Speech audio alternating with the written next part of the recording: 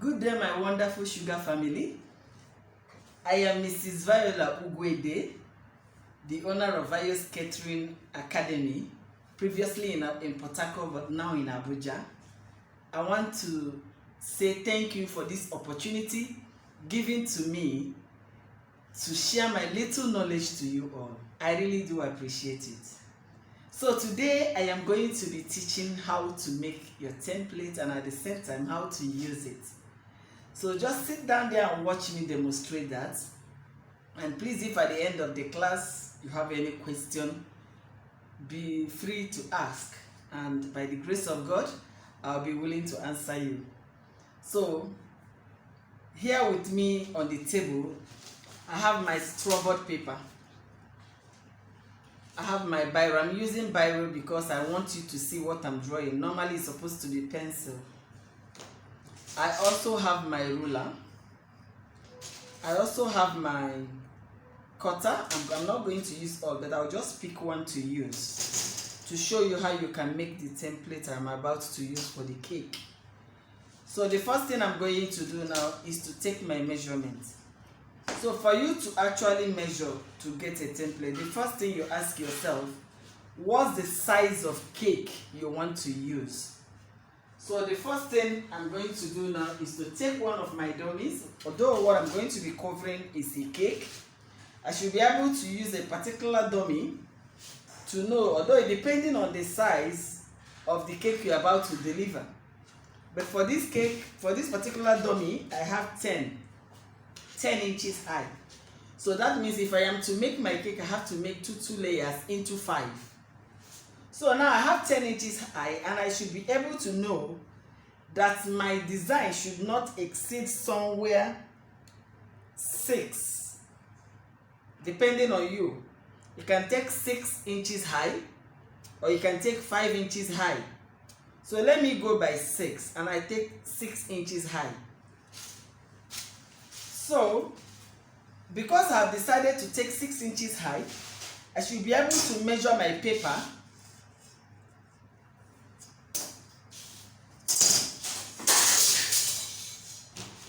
I should be able to measure my paper to get 6 inches high.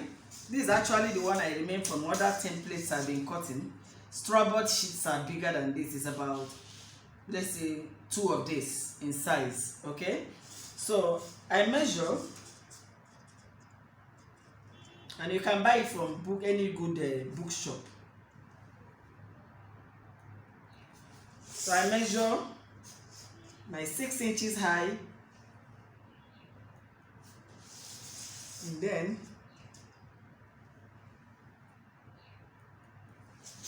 the next thing I'm going to do is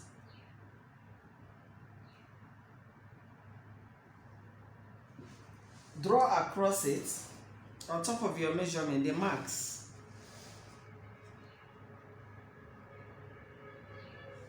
Okay, and then when you draw, I believe you can see the line. Good. We are not going to use your scissors to cut.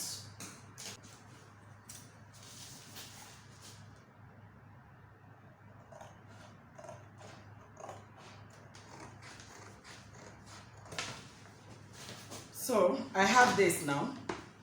So the next thing I'm going to do is with my biro, I will start giving my mark.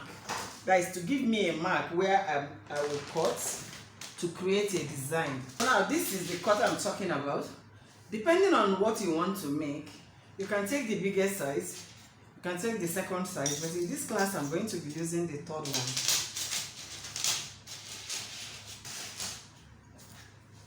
Now, you can use any cutter. You can even use a bigger blossom. That is, you can cut out, draw and cut out, place and cut out, depending on what you want to make. So now I'm using this particular cutter. It's like a cone shape. I think it's normally called petal. So I'm using the bigger petal, but I think number 3 of these sets to show you the design I want to cut. So the next thing I'm going to do, I position it at the end and then I will draw. You can see I'm not keeping it straight.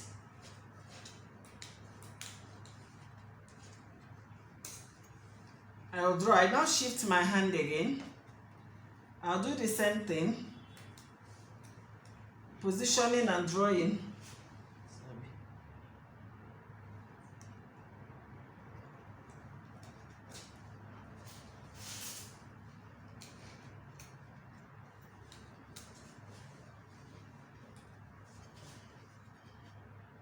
Making sure you give gap in between, okay?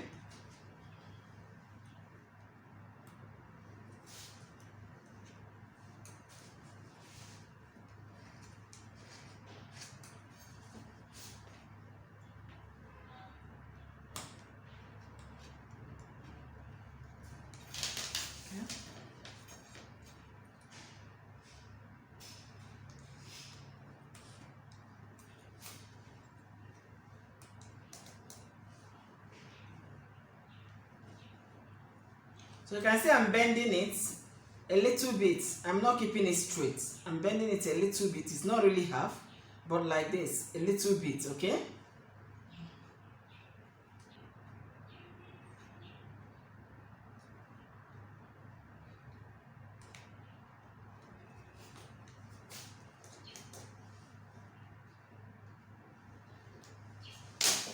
So this is what I've gotten so far.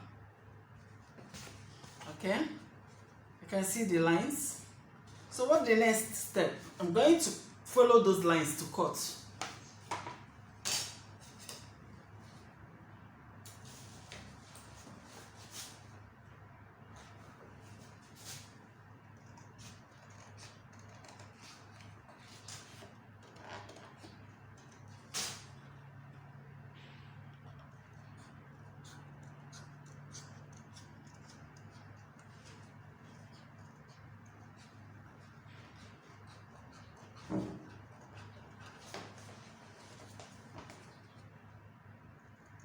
Now the good thing about this template is that you can use it for children, you can use it for adults. It does not have a particular design that you say it has to go with this. No.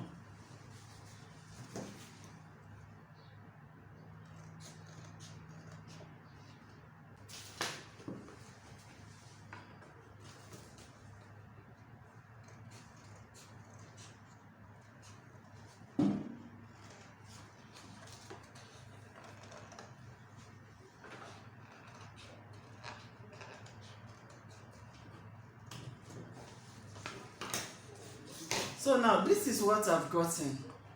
Normally, even if you use it like this on your cake, that is, place it on a fondant, cut it out, it will still give you something very, very unique. But for the design I'm going to do today, I want to show you another step I had to take to make it more beautiful and more pointed. Okay? So the next thing I'm going to do is to use my pen and then follow it up from this place. I curve the line. Okay? From this place again, you can see what I'm doing, okay? Okay? From this place again, I curve the line to join. Now all those areas I'm curving, I'm going to cut out the excess. Again, I go ahead again and then do the same thing. And do the same thing.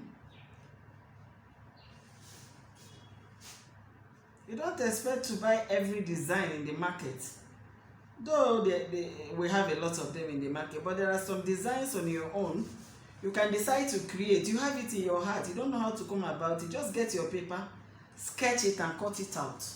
That's the only way templates helps in cake making. So you can see what I have done.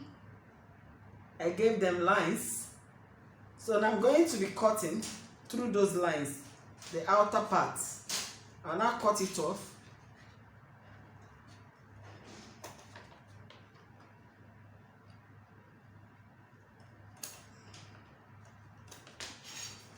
And now go again, cut. I'm just going to cut off all the lines, the ones out in the outer part of the line, okay?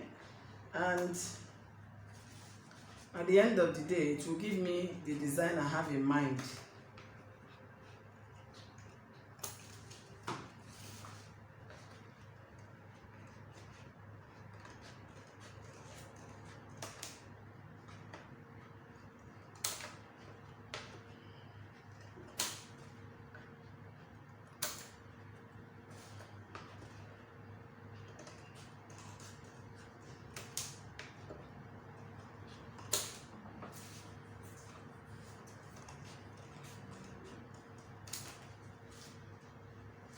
So this one must not really be here.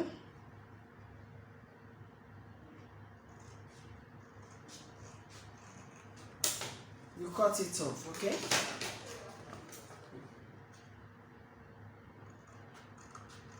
When you get to the end of the cake, you will know how to join it. That's when you turn it, you get to the end of the cake. You should be able to know how to. So I'm going to cut off. Now look at this. I'm also going to cut off a little bit here, so that at the end of the day, it will be the same design. So what am I supposed to do here? I will just, that is, if you want it that way. If not, you can do it directly on your fondant, which I'm going to show you how to do when I start. So you now rule. Now the way I'm ruling it, if I cut off this and start using it, you will see it will be balanced. That is, if the size you are using is exactly the size of your cake, that is round, the round size of your cake, that is where this is necessary. If you take your cake measurement and you find out that it's exactly the measurement with this, then what I did now is very necessary. If not, if you think the measurement is more than this, don't just worry yourself. Just collect the paper and start using it like that. Do your work mostly on the fondant. Okay, so now if I join it, assuming I've cut out my fondant, and when I join it, you can see it's giving me the same design with other ones. Okay, it will be giving me the same design with other ones. Round it, okay, round it, you will see it. Okay, so now we keep it aside. Now for the topper I'm going to be using is this old sticker.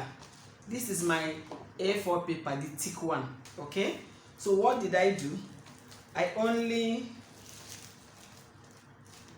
Because I have this a lot, I don't want to throw them away, because I know that the papers that we are using today, most of them you just go and print it out, cut it out, and then put your skewer or chopstick or whatever you call it, or pop stick, place it with the help of your uhu gum, and you are good to go. But I still have my stickers, because I bought a lot of them as at when it was raining, different types, different designs. So now this is body. Okay, what I did was to, because it is a sticker, it's very easy to remove it from the sheet. So instead of going to print and cut out body, I'll just use the sticker I have already. But if you don't have, you can go and print.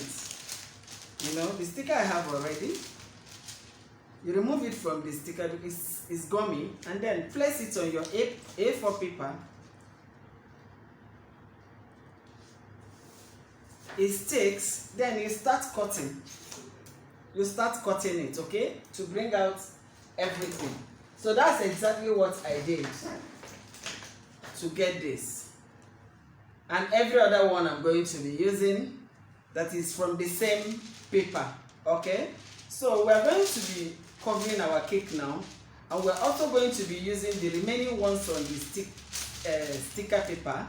We're going to be using the remaining ones to work on our cake, to play around with the cake, and then we'll see how it's going to turn out.